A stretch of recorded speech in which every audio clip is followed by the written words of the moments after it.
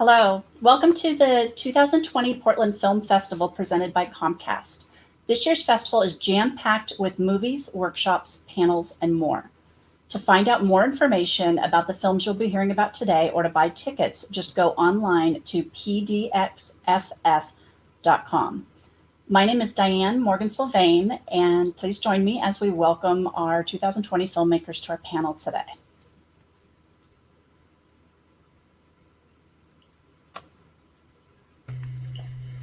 Hello. Hi, everyone. Hi. Thank you so much for joining us. Thank you so much for joining us. Jamie, will you go ahead and take a moment? Sure. Someone's got their microphone up. If you could turn it down. Kevin, maybe that's you. There we go. Does that sound better? Sorry. Yeah, I'm not hearing myself in stereo. I can still hear myself a little bit. A little bit, yeah. Jamie, if you want to go ahead and tell us a little bit about your project. Yeah, so we did a short film called Patch. It's about a boy who builds robots starting in the 1990s, and we skip ahead to the mid-2000s. It's very retro-futuristic, very, I don't know, sort of down-to-earth sci-fi film is the best way to put it. Amelia, how about you? Hi, I'm Amelia Cordova, and I'm the director and photographer for Hold the Moon, which is a music video for the artist. We're having a little bit of a hard time hearing you. Oh, can you hear me there? That's a little better, yeah. Okay, sorry. My name is Amelia Mendieta Cordova. I am the director and cinematographer for Hold the Moon, which is a music video for the artist Charlie Young, and it's a music video that explores how you can kind of save yourself. But yeah, we shot it all entirely in moonlight, and the exterior is in Pensacola, Florida. Great. And Kevin? Hi, everybody. I'm Kevin Mcturk, and I'm the director of The Haunted Swordsman. And it is a live-action bunraku puppetry short film that tells the tale of a lone samurai and his traveling companion, a severed, cursed talking head. And yeah, it's a live-action puppet film. Great. Taylor? Hi, I'm Taylor Sioka. My film is called Casserole. It's about a man, Hank, who recently lost his wife. And as he's trying to deal with kind of the grief and mourning her loss, he just keeps getting this onslaught of sympathy from his neighbors, keep trying to bring him food and casserole dishes over and over again. So a little bit of a kind of dramedy genre. And you can find that on the Pit Stop Portland Made Shorts block. Great. And Justin, tell us a little bit about your film.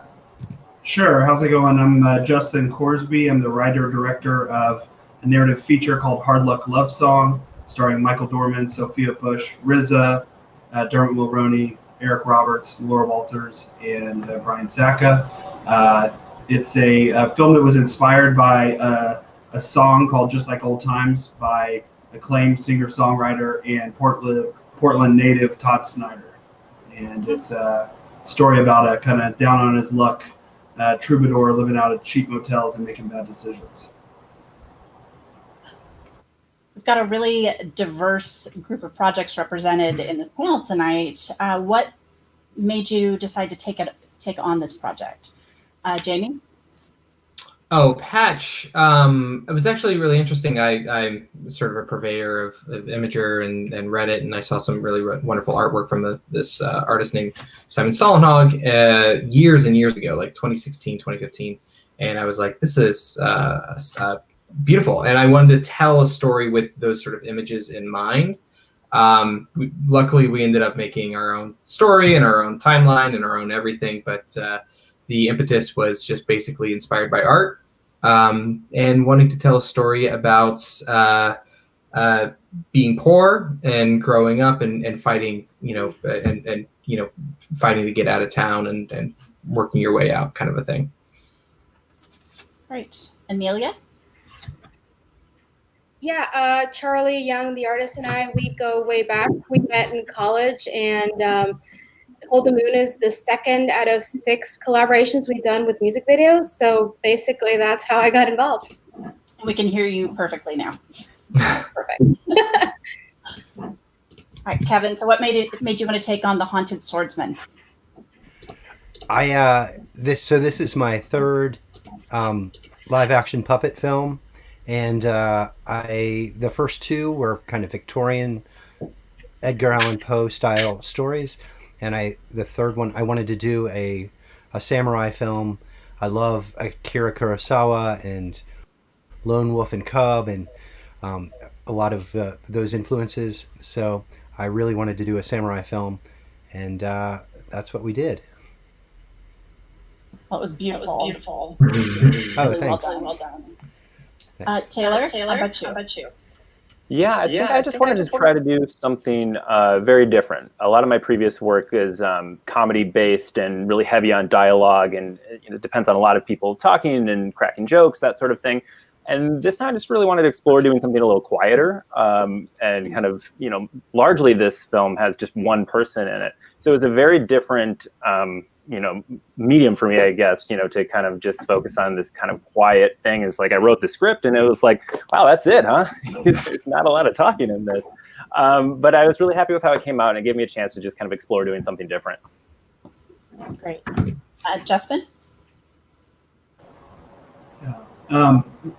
I grew up in and around the music scene in Austin, Texas, and I'm a longtime fan of this musician, Todd Snyder, and we were looking for a project for my debut feature, and the song really kind of struck a chord with me, and it was something that was kind of contained and manageable to do on a first feature, and I really was kind of inspired by his ability to blend drama and humor in such an authentic way, and so that was a real kind of touchstone and jumping off point for me, is to be able to kind of explore the fringes, people on the periphery, and the song kind of was a springboard for that. Very cool. So I've seen all of your films except for Justin's, because we aren't releasing it quite yet. It'll be available on our website at pdxff.com, October 29th through November 1st. So we've got a real limited window. Mark it on your calendars to make sure you get to see it. What so far has been audience response to your project? Jamie? It's been good. It's been wild. People have really liked it. Some people have really found something to attach themselves to. They love obviously the robot aspect of it, and the child building a robot type of thing to it. Very ET. So it hits a lot of points, I think, with nostalgia and some personal sort of affectations. So for us, the response has been great. Amelia? Yeah, it's been great as well. We get comments about how good it looks and how interesting it is, especially when we talk about the moonlight situation, and like people seem to be impressed by that. So it's been a good response. Kevin? It was really well received at it premiered at Fantastic Fest in Austin, and it was an honorable mention there. And then it's been playing worldwide, and it won 2 awards, one in Oslo, Norway, and one in Slovenia, and also the Dumbo Film Festival in New York. So it's been getting great attention, and it's been I wish I could travel with it, but it's been well received. Great. Yeah, it was amazing. Any thoughts of turning into a feature? Yes, absolutely. It was written. Tab Murphy is the screenwriter. He and I got together, and he's a wonderful screenwriter. He wrote Gorillas in the Mist and many Disney films, and he liked my previous film, The Mill at Calder's End. And so when we got together, we wrote this chapter, but then we've written about 6 more chapters to this, so it's written as a feature and as a series, which we hope somebody will back the money truck up and pay for. If you But, have a uh, money truck, right here. Yes, I'm sending it to everybody. But yes, hopefully it'll go somewhere in series form or feature form. Great. Taylor, what made you take on Casserole? Casserole's been received well. I think I'm from Wisconsin originally, so the casserole is kind of like a staple of our food diet. It's like the bottom of the food pyramid for us. So everybody that's seen it from back home, family and friends and everything like that, really hit home for those people. And then a lot of people that know me well who have seen my previous work in much more sillier comedy, I think they were a little surprised to see, like, wait a minute, does this guy have a heart in there after all? So yeah, it's been fun.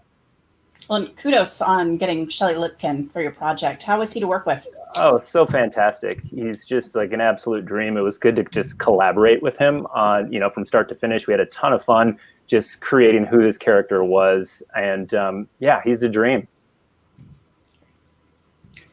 Justin, the people who have gotten to see your film, what's their response been? Sure, yeah. So as you mentioned, our film hasn't premiered yet. So we haven't had a lot of mass audience see the film yet. Obviously, some friends and family and kind of industry people that we work with have seen it, and the reaction has been really, really strong so far. And that kind of started with the script as well. I feel very fortunate that the script was so well received, and we were able to get a really great cast for the film, which is quite difficult when you do a first feature. So we were really fortunate and lucky that the response was so strong. And so far, the response to the film has been equally strong, and we're excited to start sharing it with people and get it out there to the world.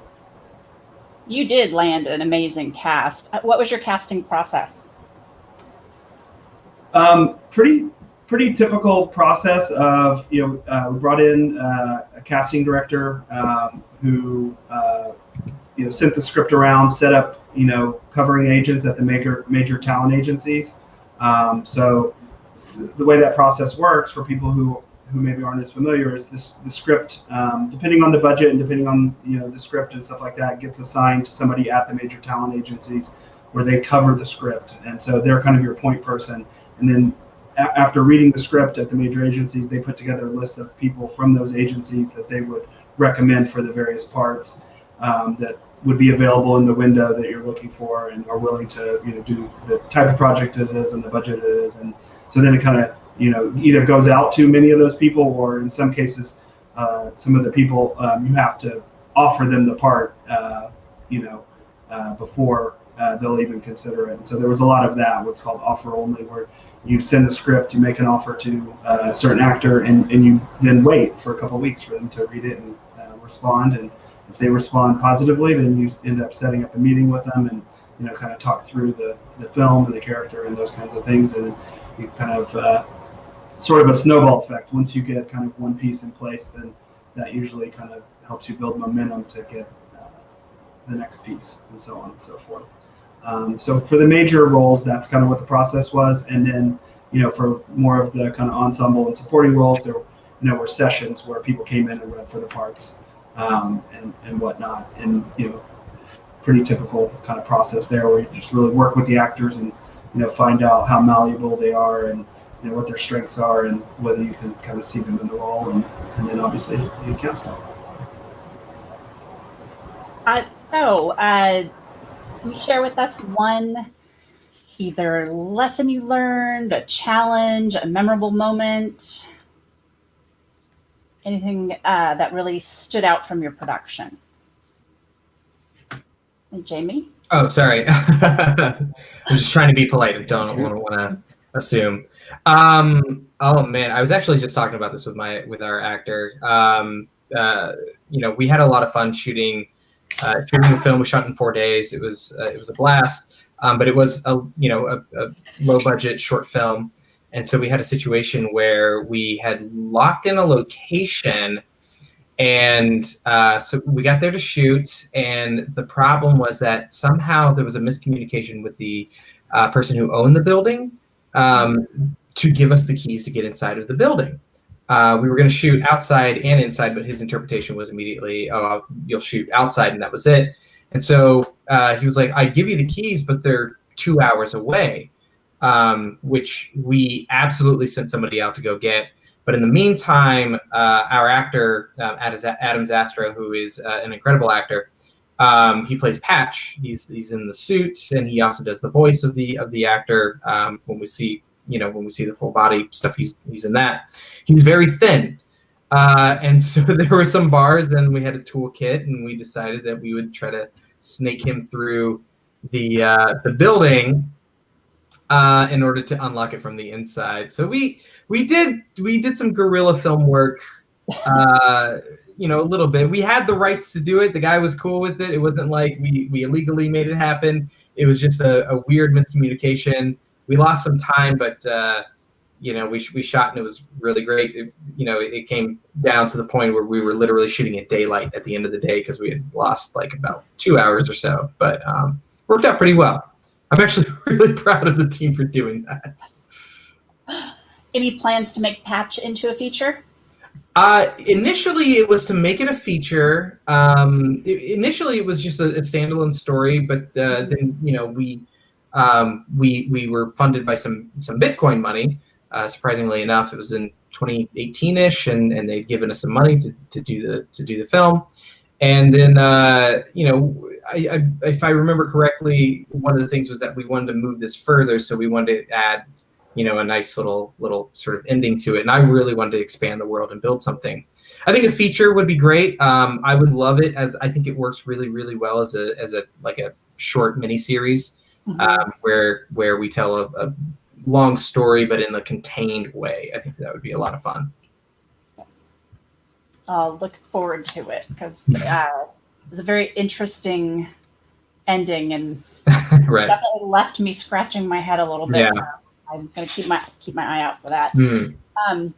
Amelia, how about you? Any challenging moments or memories to share? Well, I mean, the whole shooting in movie was a challenge in itself. I like to push myself technically, and that required a lot of prep work. So there was a lot of me just doing so much camera testing, I'm not from Pensacola. I wasn't familiar with the area, so I flew out like 2 days before to scout and make sure it was like full moon, and just praying to the gods of whether that there wouldn't be any clouds. So it was a lot of just like getting all these technical pieces in place. And I was really nervous about that until like the night of, and like it all worked perfectly, thankfully. But a funny story that was a bit of a challenge that we had to kind of work around. We were permitted to shoot at Pensacola Beach at night, and we didn't have permit to close down the beach, obviously. But we were going to start shooting at 8 or 11 o'clock at night, and we figured nobody's going to be at the beach at night anyway. And everything was going fine until at 11 o'clock around a young mother and comes in with like a 2-year-old or 3-year-old to the beach at midnight, and they were going out the way, so we had to shoot around them because we couldn't really ask them to leave, and it was just perplexing that why there would be a family out at the beach at 11 o'clock at night. But it was a beautiful night. It was a full moon, so I guess there was a beautiful shot you got at the end where she meets herself. Yeah, she meets herself. Beautiful shot. Kevin, any stories to share with us? Yeah, well, for any given shot for the puppet film, there's usually 3 puppeteers behind each puppet, and so this is the size of of the main character. So they're about 3 feet tall. They kind of where is he? You got him. You got him. And so it was always a comical moment of the puppeteers getting jammed behind and crammed under the scenery to operate the puppet. So the puppeteers were always in these horrible positions behind each puppet. But the one memorable moment, we had near the end of the film, there's a giant in the film who's a full actor, like just a really large friend of mine. And he went to UCLA. I worked with him at the Creature Shops, but he's also this aspiring actor, and he's just really built like a sumo. And I said, do you mind being in a sumo, basically like a sumo thong covered in mud with this monster head chasing a puppet? And he was like, no, not at all. And we were filming in this pitch dark cave, and we called action, and we're just waiting in the darkness, and we just hear him stomping. And when he came around the corner, he terrified all of us. So we knew it was so terrifying in person that on film we felt like it would capture that moment. And it was, and he banged his head. He couldn't see at all. So he's stumbling, and that's why he kind of looks like a toddler. Like he just couldn't see, but it added to his character. But it was great fun. It's Tony was amazing. And whoever put makeup on him was fantastic. That was killer. Oh, thanks. That's my Dutch friend Arjen Touten, who's an amazing sculptor, and he did the Oni head, and he also sculpted pretty much all the character heads. Wow. Taylor?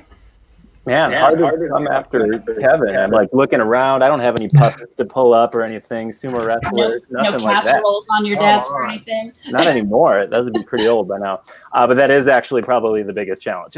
In my film, there was a need for about a dozen casseroles. And making a short film, it's like I had a lot of talented friends who wanted to help out and work on this film. But when it comes down to doing like the actual dirty work, like nobody's going to catch any break there.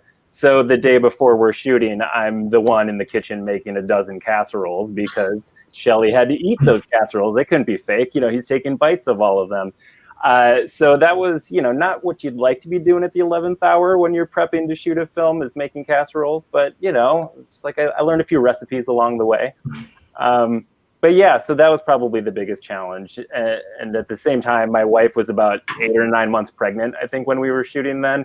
So I'm sure she wasn't like thrilled with all of that, but she actually makes a cameo at the beginning of the film too. She's, a couple seconds, you see the pregnant woman at the door. That was my wife, right before our son was born. Yep. Well, congratulations on having Thank you. babies. Your film and you said your son? Yes. Yeah, it was a busy month. Yeah. Yeah, can imagine. Justin? Yeah, I think the biggest challenge for us was the vast number of night shoots that we did on the film. Most of the movie takes place at night, and even a lot of our interiors had to be shot at night because of kind of floor-to-ceiling glass where we were seeing outside of this diving motel room that our main character kind of lives in. So, yeah, man, 2/3 or 3/4 of our shoot were shoot days were nights, and man, that was pretty brutal, and something that I may rethink next time on this next script I'm writing. So. How has COVID affected how you're handling your film? I don't know if any of you shot at all during the pandemic, but how's it affected your distribution and the process you're going through? It's been tough in terms of like getting to meet people and say hi for the most part. We shot a short film right before COVID, luckily. But then after that, even post-production's been a little strained because you have to hand the drives off correctly, and you don't have the normal processes and things like that. So, but being at film festivals and stuff like that, I haven't been to a film festival in about 10 years. And so this is, I was really excited. I was getting into some of them, and I was like, I'm going to meet people. And then suddenly lockdown happened, and now it's great. Actually, to be honest, a lot of people have such as Portland here have really pivoted super well. So that's been great about it, but it is still, you still miss meeting people and saying hi. Mm-hmm. Amelia? Yeah, we shot way before the pandemic. Luckily, we shot July 2019, but we did have it's Cutter Festival run in a weird place, I think, as Jamie said. It's been weird not going to festivals and meeting people and doing all the networking and just being there. Like there's an experience about that is missing. But in terms of COVID production, we had an interesting situation. We actually shot Charlie's music, one of Charlie's music videos, literally the last weekend before everything shut down. And we were very, very fortunate about that. And then we actually just shot her next two music videos last week. We were in Montana shooting because that was where we felt was COVID safe, and we kept it really small. But yeah, it's been really interesting to navigate that both on the post end, but figuring out production as well. I think, yeah, the festival circuit's been the weirdest. This is not the only film that I have like doing festival rounds, and it's just been ooey all around. So, Kevin? Yeah, it's definitely been strange, and I'm grateful for Zoom or StreamYard sessions like this. This is great. I was about to leave for Amsterdam and Brussels to tour with the film, and then it all got canceled. So it's been I've fortunately been able to keep working. I work in creature effects, and so we've had a backlog of stuff that we could keep building. And then this time has also given me some time to start building on a whole separate puppet idea. So I've kept busy. Great. Yeah, I think I just kind of echo everybody else. I think in April is when the film was supposed to debut at the Wisconsin Film Fest in full, and that was like right when everything started. So that was shut down. And then, of course, this one is the big one, was kind of the hometown one where we wanted to have like the whole crew and everybody come and see it on the big screen together and kind of, reunite for the first time in a while. And, obviously that wasn't able to happen.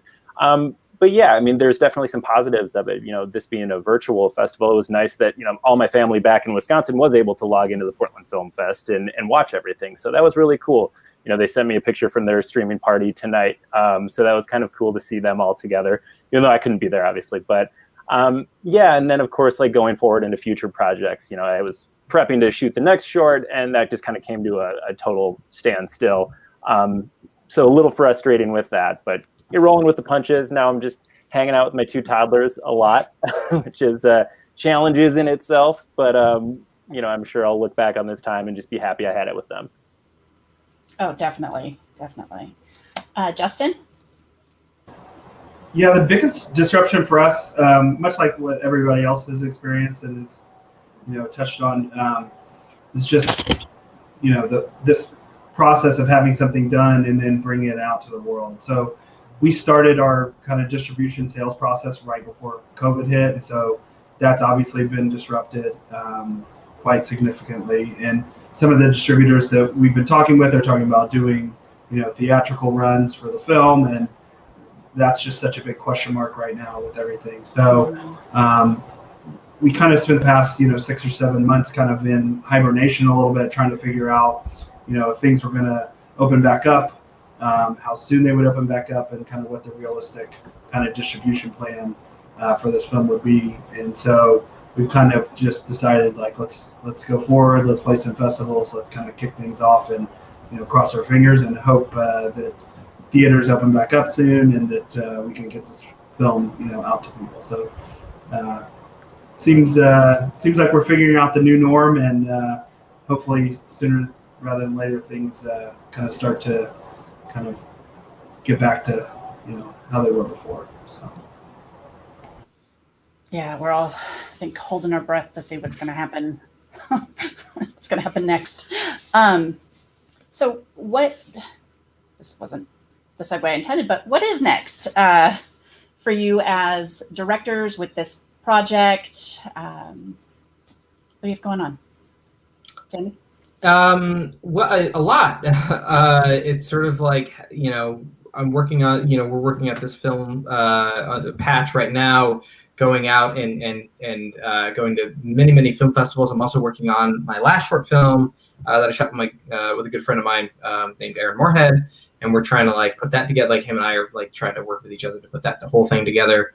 And then while at the same time trying to build out, like if somebody wants Patch, trying to build out an entire sort of idea about where that goes, and working on some feature concepts here and there. So, the idea is get this film out, get Patch to be seen in front of other folks, sort of just get it off of my shoulders after about 2 years.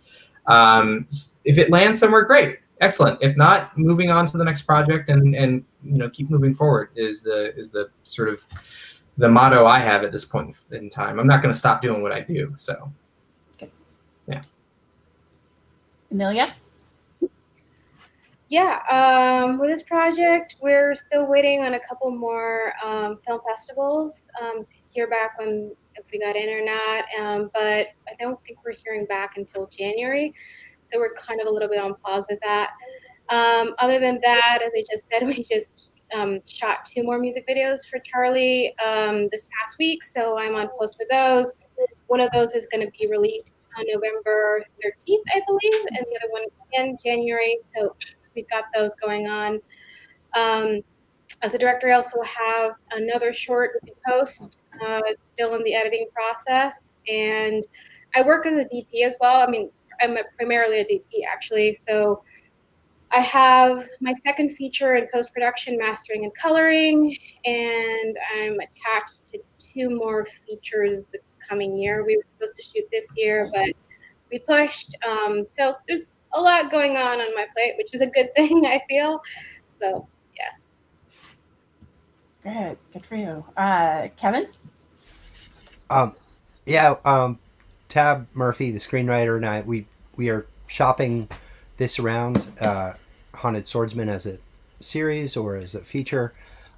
This was a Kickstarter, so I successfully, I think last week I shipped off the last of the Kickstarter stuff. So it took me all of lockdown to mail T-shirts and Blu-rays and posters. It was crazy. I don't know if you guys have done Kickstarter where it's just endless shipping, and so I was happy that chapter closed, and like I said, we're shopping it around, and I have another whole separate, it's kind of more of a gothic story that's a one-off short that I also want to work on too.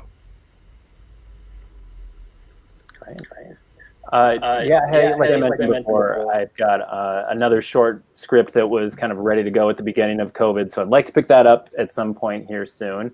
And then another project that's been kicking around is a music video, actually for the composer of this film, plays in a couple of bands, and I had shot a music video for him a couple of years ago, and he's kind of ready to do the next song on the new album. So something we've been talking about, but trying to figure out the right time to do it and how to do it with COVID and everything like that. So hopefully sometime soon.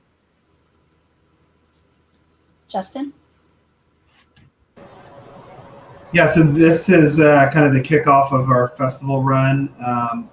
We're premiering at Austin on the 24th, and then playing Portland, and then there's a handful of other festivals that we're talking about as our kind of run continues. And then the distribution sales process, we're working with a major sales agency to get the film set up with the distributor, so that would be coming in the near future. And then I've been working on a couple other projects. I have a new script I'm working on, as well as anthology series that we've packaged up that we're preparing to take out around town. So, lots going on, but kind of a different world that it's going on in, I guess.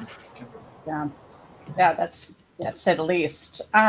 So what do you hope people will take away from your project? For Patch, I really just want people to recognize, I think the idea was just, if you grew up in a pretty destitute situation growing up, I grew up in trailers and really bad situations.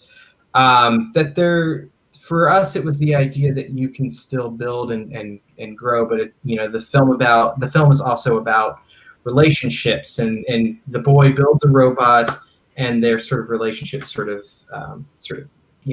dovetails a little bit, and it's about maintaining curiosity, about maintaining friendship, relationship, and who you really find is family. There's a lot of philosophical existentialism in the movie, and it's fun, and it is what it is. But like at the heart of it, it really is just about like holding on to the reason why is the best way to put it. I guess it's like why do you do what you do, and holding on to that and moving forward. If I had to really put that out there. So that's if somebody were to get something out of that, they might be able to see a little bit of themselves in it. Great. Amelia? Yeah, I think what I would like people to take away from this is that you can portray a pop artist in an empowering way that does, not necessarily the way pop synth artists are portrayed in music videos, and this idea that you can save yourself and also push yourself in different ways, I guess. Kevin? I think my goal with all my films is to try to push puppetry in a whole new direction. I think I love Jim Henson. I was so inspired by him, but I also want to kind of create puppet films that really push the envelope and treat it very seriously. And everyone thinks immediately of Team America or the Muppets, and I kind of wanted to go a whole dramatic direction with puppetry and tell a good samurai story too. Yeah, certainly succeeded there. The Black Monk is probably one of the, if not the most beautiful puppet I've ever seen. Definitely up there. I was pretty blown away. Oh, wow. Great. Well, thank you so much. And that was Christopher Lloyd did the voice for that.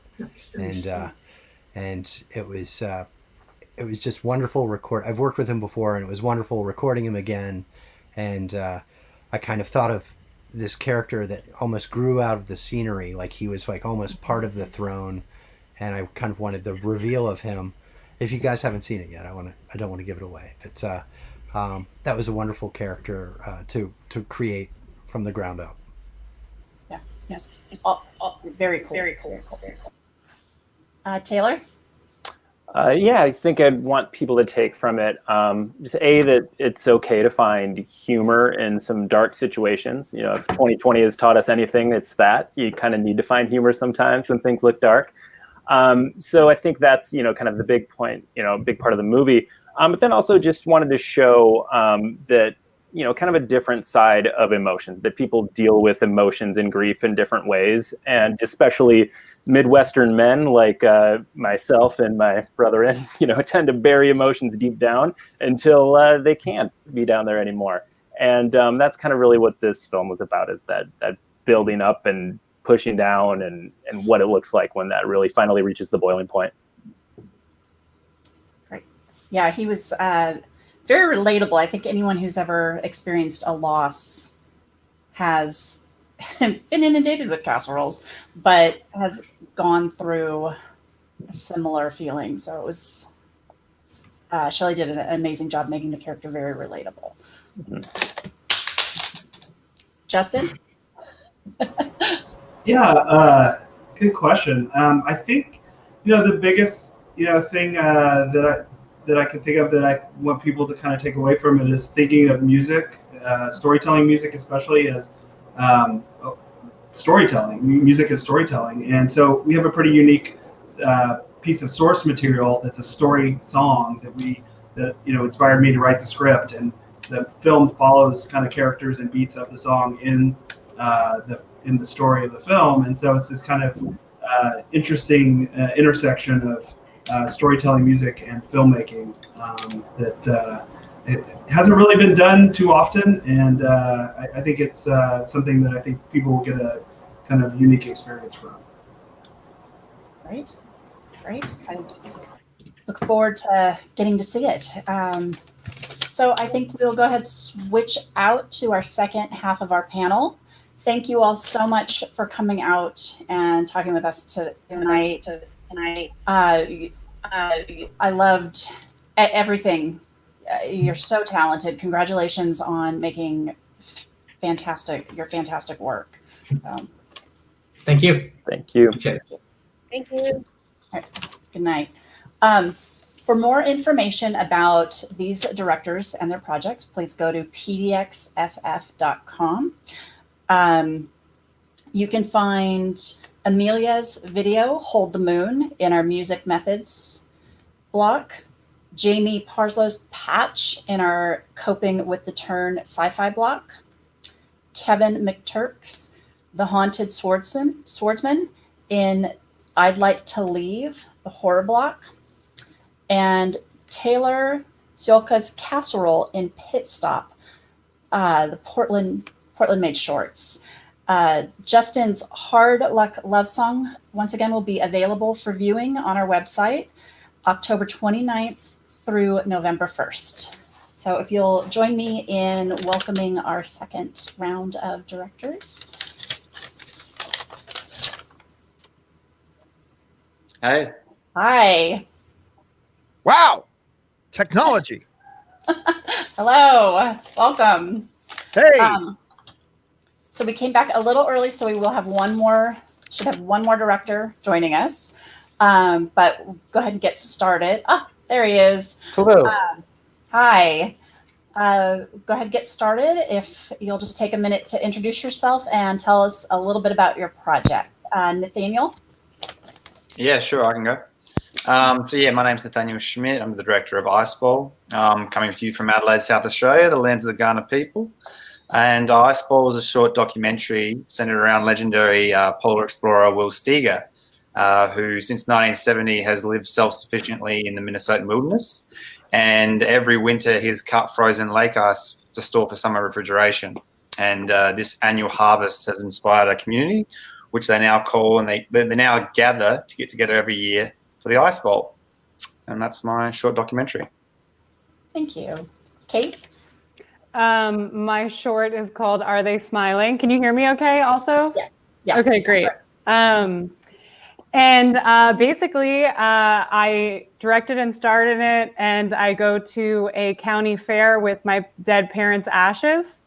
And that eventually leads into some weird situations. And then in the end, I fall in love, and it turns into a musical. So somehow in 10 minutes, all of that happens. Paul? Yeah, I'm the director and editor of a documentary called Swim with Mike, and it's the story of a three-time national championship winning swimmer at the collegiate level named Mike Nyholt, and how he became paralyzed from the chest down as a result of a motorcycle accident back in the 1980s, and how his teammates at the time, his collegiate teammates and childhood friends, came together and held a fundraiser for him to help raise money so he can get a van for handicap accessibility, and they raised too much money. And Mike didn't want to take the extra money just to take it, so he decided to put it into a scholarship fund called Swim for Mike, and promised that if they held the event next year, he would swim at it. And it ended up turning into this 40-year-long event that just had their 40th year this past year, and they've helped hundreds of kids who are paralyzed athletes have a college education when they would have not been able to because they lost the chance to have a scholarship for their sport. Yeah, that's amazing. Yeah. John?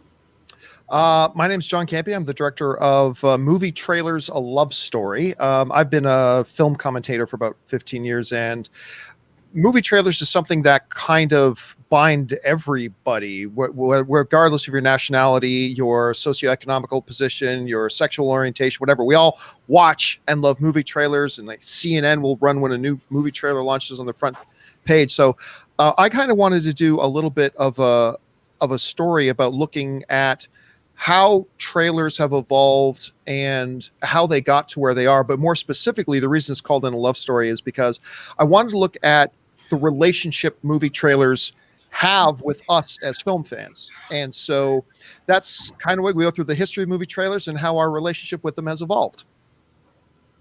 Very cool. So what compelled you all to take on these projects? Nathaniel? You're muted. Oh, there we go. Yeah, there you go. So long story short, I grew up in Australia, but I have a Minnesotan mother and a Minnesotan wife. And so the Minnesotan climate wasn't exactly my native climate. So I basically lived in Minnesota for about 6 years and just stumbled upon these various different stories, being a filmmaker, trying to learn the story of the place. And so I was doing this project, a part of a bigger project at the time, which umbrellaed this whole theme around living in a 6-month winter climate. And so I eventually led to the Ice Bowl and meeting Will Steger. And as soon as I went there, it was like I'd stepped into this, literally the world of Frozen, but cooler, like with real people and just everything that Will Steger in Minnesota is like folklore. And so I had to learn that kind of the legend of him and all the polar expeditions that he's done. But also there's this unknown aspect of his life where he's lived this way since 1970, completely self-sufficiently off the grid. And so getting together with a community to harvest lake ice, I was like, this is amazing. And so that's what drew me to the project. But then after that, there were all these other themes that started coming out. And I think right around 2017, there was a lot of energy that people would get from coming to this place. And so that's what really drew me in. Well, it was fascinating. I appreciate being shown something that I had no knowledge of. And Will Steger, you could have made an entire film just about him. He's quite the character. He's done quite a few things, and just like that you'd probably have to do a series, because a film would be too much, I think, just to contain his life. So yeah. Kate? Well, so Are They Smiling came to me actually while I was at a carnival, but the bigger reason behind it was my parents died like 11 years ago from cancer, and so I wanted to find a way to kind of capture how, like, that heaviness of when someone passes away, you kind of are always carrying them with you, literally and figuratively sometimes. And I remember my sister-in-law, her cat died, and she had the cat cremated into jewelry. And so she was just like always wearing her dead cat around. And I thought, wow, that's such like a wild idea. What if I went to a carnival with my parents' ashes? I mean, they weren't actually the ashes, obviously, but what if I went to a carnival and kind of literally carried them around with me and talked to them as if they were still there? And I think like the whole project itself is really the film. I want people to walk away with feeling like they're not alone in their suffering, because I think a lot of times when you lose people, you feel like, oh, I'm the only person that's ever lost someone close to me, but actually, we all have, or we all will. So I wanted to somehow capture that in a film in a lighthearted way, but also but I think it's still very sad, but I think what I've heard a lot is that people laugh and cry at the same time, which I did not expect, but I guess that is the general tone of the film, is that you will laugh and cry.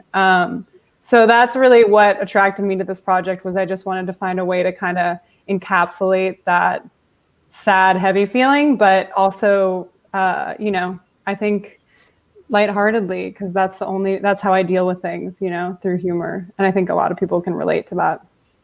Well, the moment when the moment of connection at the end. Yeah. I just about fell out of my chair. I was laughing so hard. It's fantastic. Yeah, I mean, I don't want to give it away, but I also don't care. But it definitely, like, it starts as a slow film, and then you're just like, by the end, it feels like a totally different film, which I think is kind of fun.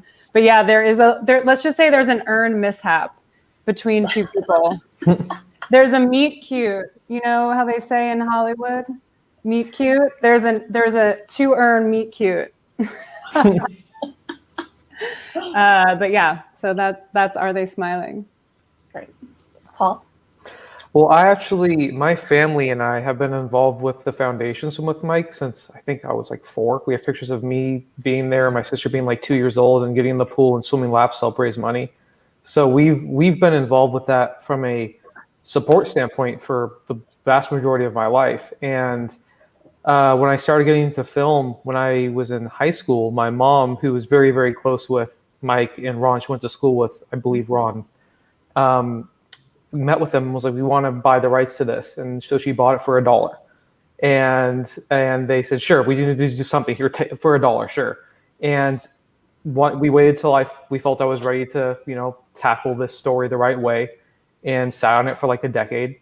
And finally it kind of all came about where it was like the 40th year was coming up. Let's do this. Let's make this a big thing for them in the event.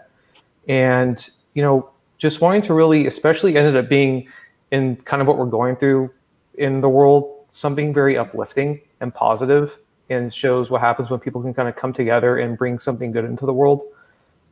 So it was a very personal story for me because it's been something that's been a part of my life for my life. And it was actually just a really cool honor to be able to be given the opportunity to tell something that was much older than I was, and has been around for so long and helped so many people.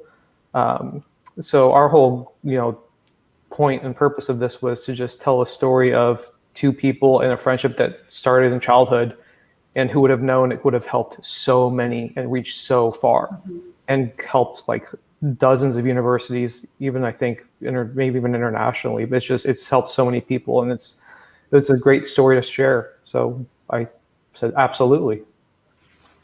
Well, your love of the project definitely came through. Good. I'm glad. Definitely came through. It was really well done. So, thank you. John? Well, first of all, Paul, I've got a guy, it appears in my documentary. He's an Olympic gold medalist swimmer named Cody Miller. Okay. And he's also a film podcaster and stuff like that as well. But I got to tell him about your project because he's going to eat that up. I mean, which is funny. We have 2 Olympians who went to school with Mike and Ron who are part of it. John Neighbor and Bruce Furness were multi-gold medal Olympians back in the 80s. Oh, that's amazing. So he may know about it. Who knows? He's currently swimming now. Sorry, awesome. Paul and I are just going to have our own conversation for a minute. Movie trailers. I mean, like I said, I've been in the film sphere, I guess you could say, for a bunch of years, and trailers have always amazed me, and yet we all gravitate to them, but we don't actually talk about them a lot. I saw a statistic that really shocked me. The number 1 televised event every year is the Super Bowl. In the first 24 hours that the Avengers Endgame trailer came out, it had triple the amounts of viewers that the Super Bowl did. The trailer for It had double the number of viewers than the Super Bowl did. And I remember when I started thinking about wanting to tell the story of trailers and how our relationship with them evolved, whenever I get into a project, the first thing I do is I go to Amazon and I try to look up books on the subject. And if you look up, I don't know, wood chair making, you're going to find 500 books. I went to go look for books on movie trailers. I found 2. In all of Amazon, there were 2.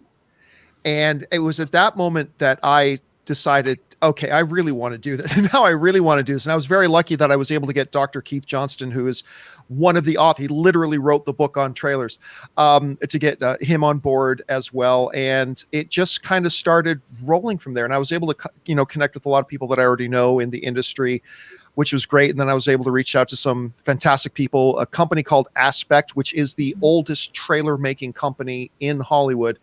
The owners were willing to come in and talk about the process, and it was just a lot of fun, and and we're really happy with the results. Great. Now, how did you hook up? You have some characters in your film. How did you end up hooking up with all the? I can't recall the official term, but the trailer viewers. People who what would you call us? I don't know. It's all of us. Some of them I know, like for instance, we were really lucky to have the fabulous Gray Drake, who at one point she was the senior editor of Rotten Tomatoes. She's the current Miss Movie Phone, and simply one of the best interviewers and movie journalists in the world. I have fabulous hair too. What's that? Oh, she has fabulous hair too. Yeah, you cannot miss Gray Drake in a crowd. No. I mean, you'll never miss Gray Drake. Robert Meyer Burnett, who's a filmmaker and a producer, and he did all the special features for things like Lord of the Rings and things like that. But then through him, I met Ashley Miller, who is the writer of films like Thor and X-Men First Class. Then some of the trailer reactors were people I'd had connections with in the past. Adrian Iscaria, the producer, is somebody who I had some connections before, and it was really great. The one person who didn't end up in my documentary, and this is where COVID really kind of got in the way, Freddie Prinze Jr. has some, and I don't want to tell the stories because I want to use them sometime. Freddie Prinze Jr. has some crazy stories about things they made him shoot on sets that were just for trailers, and they'll just make you split your gut. But we had scheduling problems, and then COVID got in the way, and we had to move forward without him. But so for the most part, it was through people I already knew in the industry. And then we kind of, I reached out to the folks at Aspect, and they were more than willing to get on board. And then through other people, we just kind of branched out from there. And we were really, really, really lucky with the collection of people we ended up with. Great. Yeah. Absolutely. So what has audience response been like for your film? Nathaniel? Good question. It's been really interesting to tell. I mean, just obviously since in the online space, we did a screener in Australia right back at the beginning of the year, and that was pretty much our only cinema experience. But it was great. I mean, looking back on that, it was gold because it really just solidified everything we put our work into. The unfortunate thing is we had a really good mix done by Tom Huizenroder and 5.1 surround sound. It's just, it still sounds good online, but just, it can sound that much more experience in the theater. So, but thus far, everything's been great. People have been commenting, saying they've been really enjoying it. I think that's just one thing that I've just appreciated is how it's given people some joy. Just something that you wouldn't comments I wouldn't think I would be interested in something like this, but I really enjoyed just the experience of just being outside and something that we've been disconnected from lately. So, apart from that, it's kind of, reading into online and the comments and everything, but yeah. Great. Kate? Well, I wasn't sure if I was going to get into any festivals, so I ended up submitting it to No Budge, which is a low-budget film festival online, and I ended up premiering it last week, and I had no idea how it was going to be received, but I ended up getting almost 1,000 messages from people saying that they cried and laughed, and it seems to really resonate with people who have experienced loss, which I was shocked because I thought it actually would probably offend a lot of people because at one point I just spilled the ashes all over the ground. So not to give anything away, but, I think I didn't expect it to actually resonate with anyone. But I don't know. I was actually really shocked and kind of, obviously happy because I'm glad that I was able to create a film that actually evoked some emotion from people because it's pretty dark. So, I don't know. It's been good, I think, so far via online. So we'll see. So how did you handle, there are a ton of people milling about. Were they all extras or were you actually dealing with the public? Oh, those are all, we got permission to shoot from those are all real people. And that agreed to be, people that I talked to at the carnival obviously agreed to be on camera, and they know that they're being filmed. But everyone else at the carnival that's walking around, that's real. Just seeing you talking to the urn. Honestly, I think people felt sad for me, which because I was fully alone, and it was just me. It was just me, a cameraman, and a sound engineer. And so we truly went as a skeleton crew to the fair. And so, yeah, we were respectful. Obviously, if people didn't want to be filmed, we didn't film them. But I think people genuinely felt sad. Like at one point, I got a caricature drawn with the urn at the fair, and like I think they felt really sad for me. That's amazing. It was honestly kind of fun. It was like a weird social experiment to see how people would react to you walking around with a giant thing of ashes. So yeah, it was quite an experience. But I wish, it's funny because watching that footage now with COVID, it feels like a lifetime ago that you could just walk around without a mask at a giant fair with like 1,000 people and go on rides and yeah, so it feels like a long time ago, but it was just a year ago. So, yeah. How about you, Paul?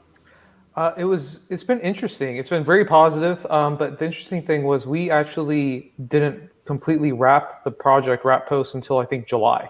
So so that was the weird part. We had this transition from planning everything post-wise in person at studios and at houses to being like, hi, so we're going to do a Skype call. Hopefully you can understand what the audio mix is for 5.1 is going to be like with your headphones. Like, okay, let's figure it out.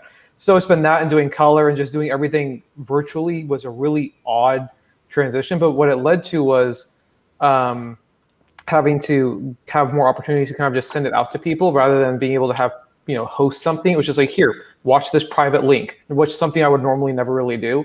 But it was just this sign of the times. So it was like, here, watch this, let me know. And everyone, especially at that point, it was July. So it was like a couple months into this whole thing, was just like, I needed that. They're like, I really needed something happy and uplifting and positive and show that there's good out there and that people, like I was saying earlier, like when they come together, they can accomplish a lot of really great things. Mm-hmm. And, I think my cousin was one of the people who I gave a ticket to for this. And he watched it last night.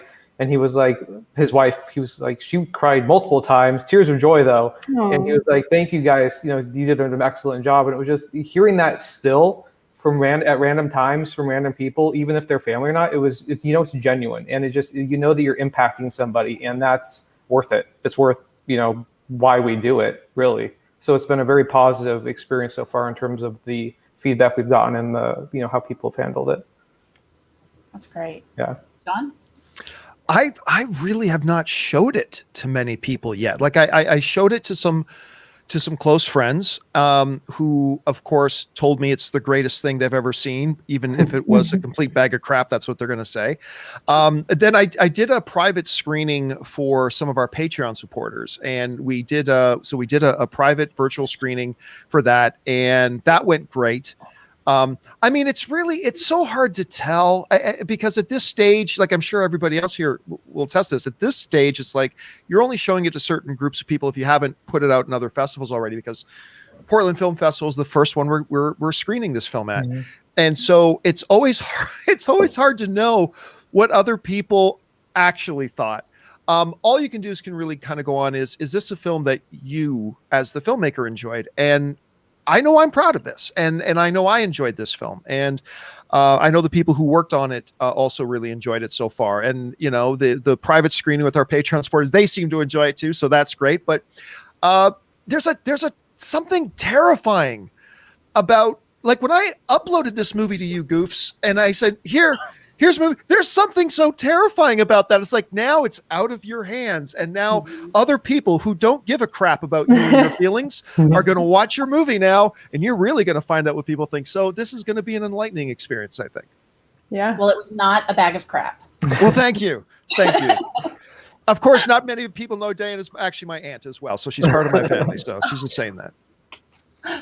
I'm not that old. Very young aunt. I said aunt, not grandmother. Come on. Young aunt. So if anyone has any questions in the chat, feel free to type them in and we will get to them as we have time. I know there's some discussion going on right now, so we may have some questions from our audience. That would be amazing. Yeah. Wow.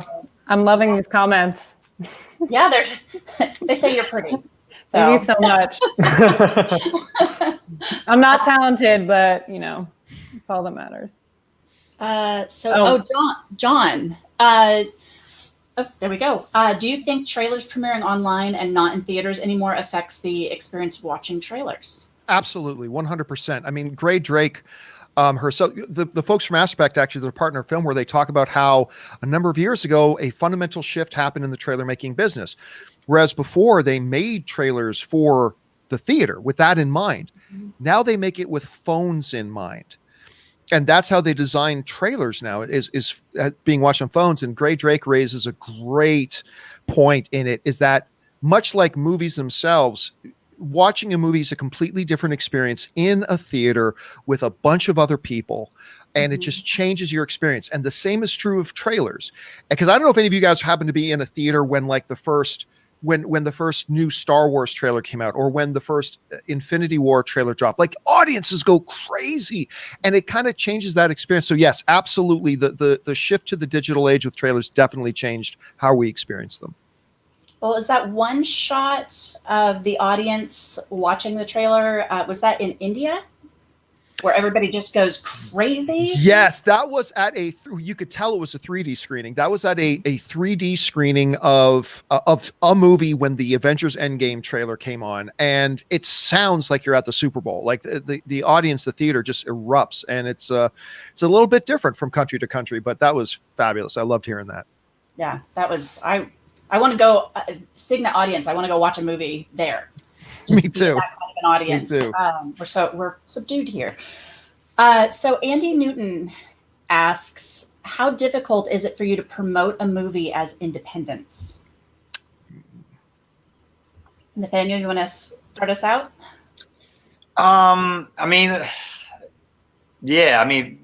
Basically, we've gone through the festival circuit, and I think it's kind of a weird. Having a hard time answering that question this year, to be honest. Like, going through the festival route, like obviously, and being in Australia, working on a film that's a co-production between two countries, and people are wondering why is an Australian telling a story about Minnesota. It's just an interesting time. So I don't really know how to answer that this year, to be honest. Obviously, going through festivals this year has been great. We were in Hot Springs, we were in a bunch of others, but obviously they all got canned when COVID hit. So yeah, I don't know. Yeah, you guys? I'll jump in. It's a weird one. It's kind of going on what Nathaniel said. We, like I was saying earlier, finished up in July. So we were semifinalists for one selection round. This is our first actual premiere is Portland. So we're kind of waiting. We have at least, I think, I was looking at Film Freeway before I logged on to this. I think we are waiting for notifications until like September of next year for festivals, and we're still some more to apply to. So in between that time, we're hoping somebody somewhere sees something and we can help start to use any laurels we get to kind of push a meeting, or if anyone knows anyone at X, Y, or Z streaming service or something along those lines. It's a weird, it's a good thing to be an independent filmmaker, and it's a very difficult thing because it's good because there's a lot more access to what there is needed to make a movie at your disposal now. You can just go out and rent what they use, for example, for Infinity Ward, rent the same camera. It's expensive, but you can do it. But then the downside is pretty much anyone who can raise a decent budget can go and do it. And now there's just a lot more content and a lot more competition, and it kind of can get lost in the sea of it all. So festivals like this are fantastic because it gives you kind of a little bit of a step above the vast majority who don't get into a festival, and you can say, hell, well, we did get into something, and hopefully multiple things. Maybe you can take a look at it, and it kind of gives you leverage. So festivals for true independent filmmakers are, what you kind of hope to, in the end, hang your hat on as, when you're walking into the room for that meeting. Anyone else want to chime in on this one? I mean, I've just been doing, as far as like promoting it, I honestly wasn't sure. I've never done anything with festivals. This is my first, Portland Film Festival is my first festival. But aside from the one I debuted online, which was a mistake, I guess I made a rookie mistake and put it out online. Sorry. But I'm really appreciative of being in this festival as well. I think it's, I'm still waiting. I think same as what Paul just said, from festivals through next fall. Mhm. But I've, I just I think it's cool that they're online. I think it makes it way more accessible for everybody. I think that it being virtual sucks for filmmakers because it's like you don't get to like wear a cool outfit. Obviously, it's like I couldn't wear my hat, to the Portland Film Festival, which sucks. But I think for the audience, it's really great because you don't have to drive to Portland to watch it. You can access it online by a virtual pass. And, I think I think that new ways of promoting yourself are kind of coming about from COVID and stuff. So yeah, we'll see. I mean, who knows? Maybe one day I'll be able to do a feature length girl at a carnival with her dead parents in an urn once there's a carnival happening again. But yeah, I think it's important to, one thing that I've learned is like, we're not even at this question. I just talk for like 30 minutes by myself. I think, don't jump the gun, be patient, wait for responses back from festivals and just believe in it. And yeah, that's it. And just keep making more and more stuff. Never stop. Never stop. That's what I've learned. That wasn't even the question. Okay.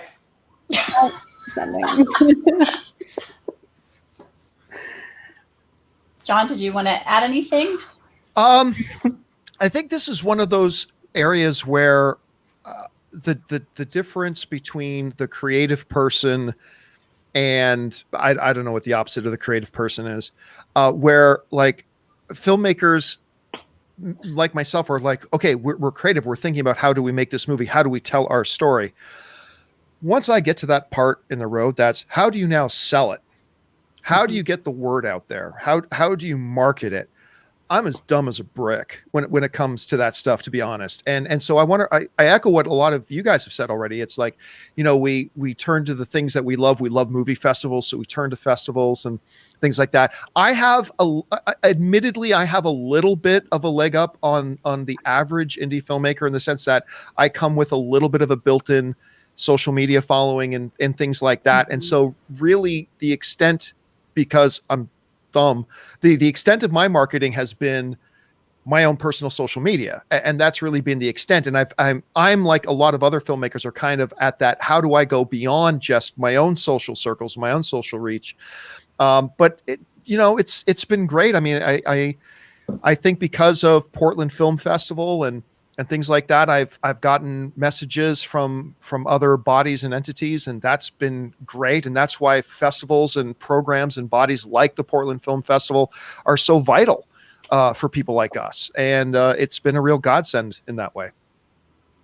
Great. So this question came through just for Kate, but I'm curious to see what the rest of you have to say too.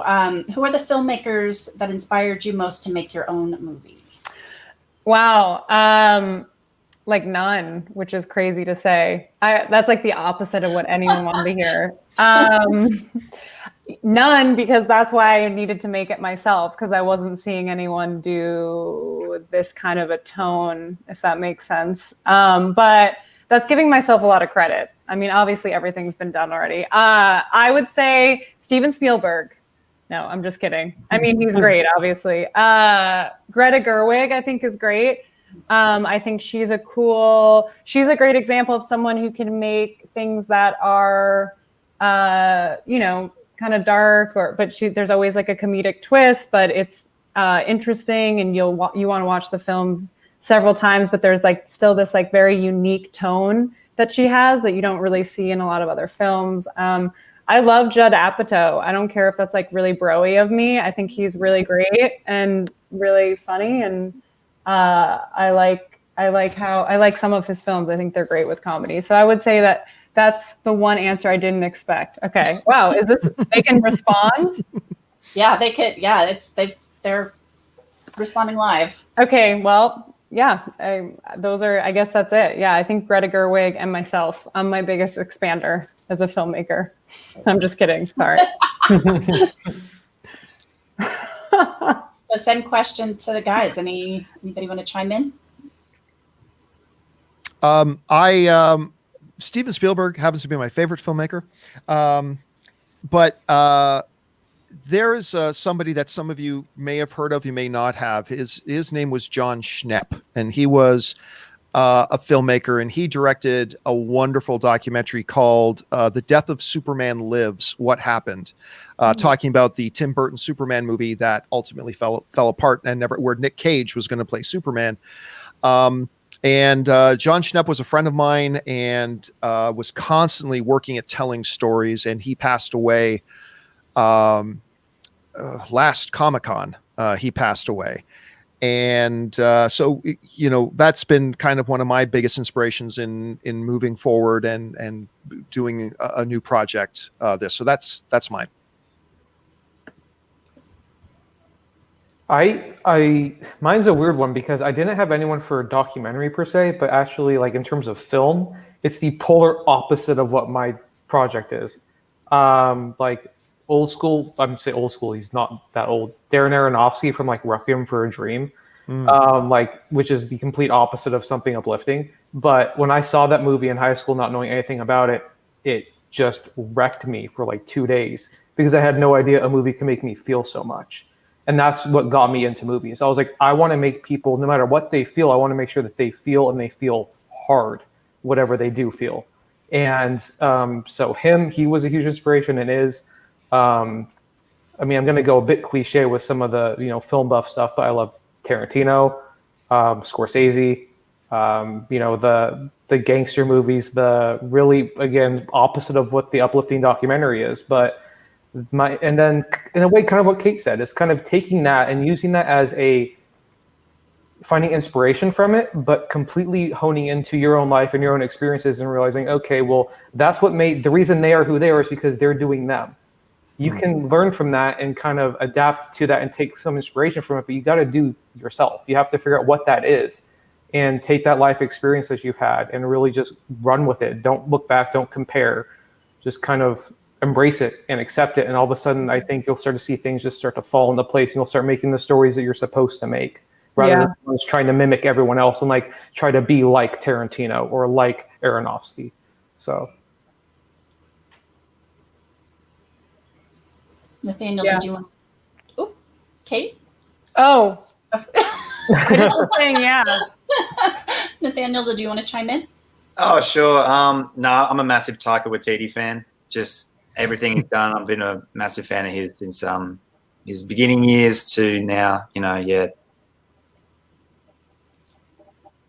Okay, so Chris Korick asks, how long did it take you to go from the point of an idea to make your film? So when you got the idea to when you actually made it, how long did that take? I'll go. It took me like a month, maybe. Wow. Actually, there was no script. The whole thing's improv, by the way. The whole thing. I feel like that's a nightmare to hear, but it was easy because I was in it, so I knew exactly what I needed to execute. I had a rough idea. I had written out like a rough timeline and how I wanted it to progress, and I knew it in my head. And then, you know, just let fate take the rest, you know. But we filmed it at the end of last September, and then I started editing it, and then I decided I hated it, and then I was like, I'm never showing anyone this. This is insane. Like, I can't believe I went to the fair with an urn. Like, this is like ridiculous. Everyone's gonna think this is horrible. And then COVID happened, and I was like, you know what? Let me take a stab at this again. And so I just, you know, because I edited it as well, and I just kind of went back and had the time and finished it. And I showed a couple people, and they were like, wait, this is actually really good. You should like submit this to festivals. And so that's kind of where I think I finished it in like April, and then just started submitting it. So yeah, I mean, I think especially with shorts, it's pretty easy. I mean, with you guys with documentaries and stuff, that's like obviously a lot different. But the fact that there was just me and one other person in the film, it was pretty easy to execute once I thought of the idea. Hearing that it was improvised just Yeah. makes it all the more amazing. Okay, good. Because I was like, are people gonna hate that? But yeah, I mean, I guess I wrote it, but I didn't really write it. You know, it wrote itself. You know. Sorry. I'll jump on that. It took about, I'd say, from the start of deciding to finally, like I said, we bought the rights and had it for 10 years. So when we decided in the 9th year of that 10-year option to exercise it, it took from that moment of saying yes probably about 2 years.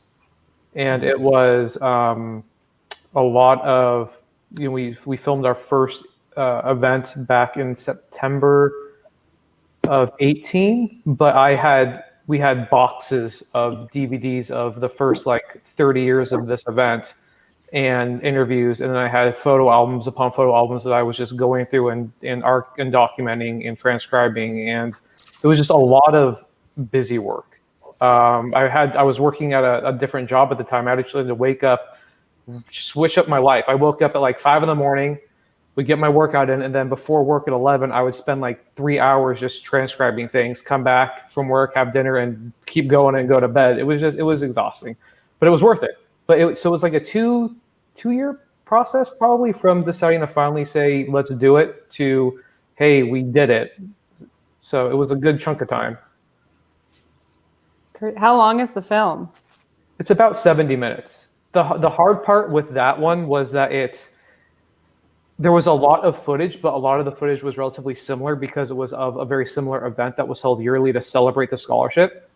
So it was trying to find a lot of good moments within that we, you know, and then once all the interviews were done, something that I learned, I didn't know this was a thing for documentaries. Apparently it is. I don't know if it is, but it was for me, was to go back and transcribe every interview that I did. So that way when it came time to me to edit it, and I knew that, hey, they said that at this one point, I can type it in, and then I had kind of time coded it. So I knew where it was, and ended up saving me a ton of time in post, but it was a complete nightmare to do for like 2 or 3 hour interviews, just typing out basically everything everyone was saying. So it's about a 70-minute movie, I think, overall, but it was, it was a journey. I learned a lot, built a lot of character. Yeah. Amazing. We actually started rolling cameras. I think this is where documentaries have a little bit of an advantage, I think. We were able to roll cameras about 2 weeks after we decided, yep, we're going to do this. And that was just part of that was because we wanted the story to kind of reveal itself. And so we got the ball rolling by doing our first couple of interviews, and then we kind of decided that we could let that kind of guide where we went from there. And then that next interview kind of guided where we went from there. And we began our research and doing a lot of research as we started shooting. So we were able to, once the final decision was made to actually go, we were able to begin the process of shooting within about 2 weeks. Okay. I have a question for John. Sure. Why were movie trailers so bad in the 90s? Like you can't. I haven't seen your film, but like anytime I watch them, I'm like, oh god, this is a trailer from the 90s. I'm gonna have absolutely no idea what's going on. The music's gonna be insanely loud. It's gonna be like one whole scene. It's just, why were they so bad? Why did they not figure out the formula? You have to watch the movie. Is that in the movie?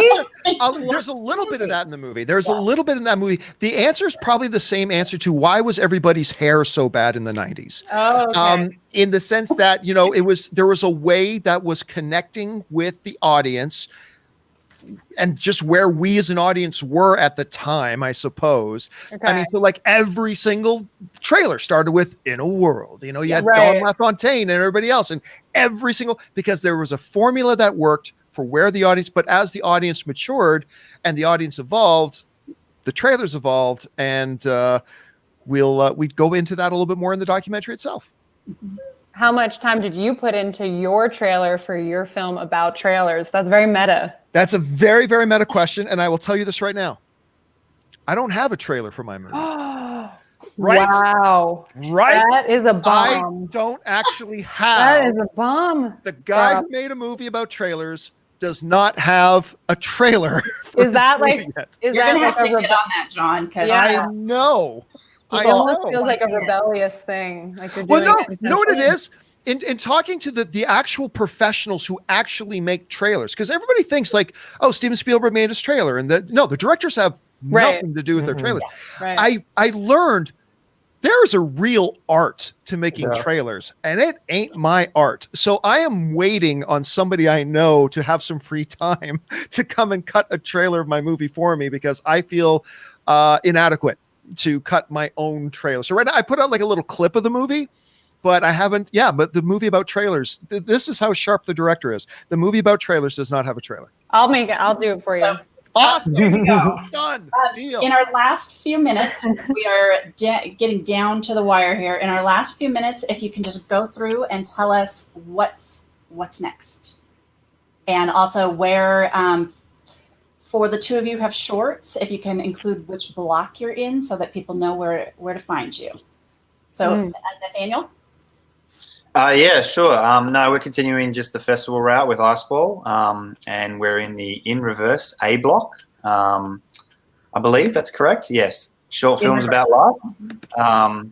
Yeah, no, and I think ideally we want to land somewhere with the Iceball permanently after it goes through the festival route, and obviously the in and out of every festival has its own restrictions in place. So geo blocks, all that. We want to obviously land in a place where everyone can access the film, and even just I think maybe partnering with Will Steger's organization Climate Generation. Be great to just make people more aware of what Will's doing, particularly in the time when we're at right now politically. Just I think he's a great leader in these times. Great. Kate? So I'm in the comedy block for shorts. You're Is that just, where the block that you're in is called Laughing at You. Oh, And laughing at another comedy laughing at you. You definitely will be laughing at me if you watch my film. And then what's up next is I'm working on the trailer for Movie Trailers, a love story. And then sorry, inside joke if you're just joining us. I just waiting on other festivals. I feel really inspired talking to you guys, listening to other directors. I am hoping that it just gets into more festivals so that it can make a lot of people cry, because that's all I care about is making people sad. No, but I think, I don't know. I don't know where I'm going with that. Someone just asked what my Instagram name is, Francisco. It's Kate Jean Hollowell. It's just my name that you see here. I also own World's Best Director, which I have to start using, I guess, now that I'm a director. I can, so that's it. That's all for me. Thank you. Paul? Kind of like everyone else so far, it's waiting to hear back from all the festivals, hopefully getting some form of distribution. That's kind of the next goal. On a other project note, I have a feature I've been kind of outlining and toying around with during this entire post process that I'm going to start getting into and fleshing out and turning into a script. And then I'm co-writing another feature with a friend of mine that we've been kind of working on off and on for the past year or two. So it's kind of one of those moments where it's like, okay, well, the industry doesn't really exist at the moment. So now's the perfect time to take advantage of that and make something happen. So it's just, finding the good in all the bad. Again, it's just the silver lining, using the time as best we can and hoping that something good comes from this project and can get out there, and then trying to make some more. And can I say first that Nathaniel and Kate and Paul, hearing about your projects has been awesome. So thank you so much for telling your stories. Same. We are in the documentary competition at Portland Film Festival, which we're very, very psyched about. In a cruel twist of nature, I actually had the largest theater chain in Canada. I'm Canadian, by the way, in case anybody couldn't tell already. But the largest theater chain in Canada reached out to me, interested in setting up a theatrical run for our film. Cool. In an era where movie theaters aren't allowed to be open. So that's a little bit of Curb Your Enthusiasm, I think, right there. I think what comes next is it's the great question for me. I'm not really sure. Like, I made this movie not without a plan about where does it go next. So right now we just started thinking about that. Do we go, Amazon Prime? Do we go whatever other avenue? And then I think a part of it is just going to be wait to hear what the feedback is like from places like the Portland Film Festival and kind of decide where we go from there. And me and a couple of friends have already started plotting out our next project, which we're very excited about. But right now it's all about Movie Trailers, A Love Story, and waiting to see where things go with that. Great. Well, we have reached the end of our time together. Thank you so much for coming out and for talking with us tonight and talking about your film. Congratulations on your projects. I loved them all. I'm not just saying that. I really did. Also, I love your necklace. It's really cool. Thank you. Sorry, that was so weird. I wish I didn't say that. Anyway, don't forget to go to pdxff.com to check out these amazing films and celebrate the power of independent film. And please watch these folks' films. You will love them. And don't forget to vote. And thank you all for commenting and asking questions. That was great to have you here with us. And thank you for moderating. This was great. Yeah, thank you so much. That was lovely. And also, John, take us with you to Canada. Just kidding. Yeah. I live in LA, but I am Canadian. But unfortunately, Canada's closed its borders. Okay, well, we'll see. All right. Thank you, everyone. Bye. Have a good night. Good night. Night.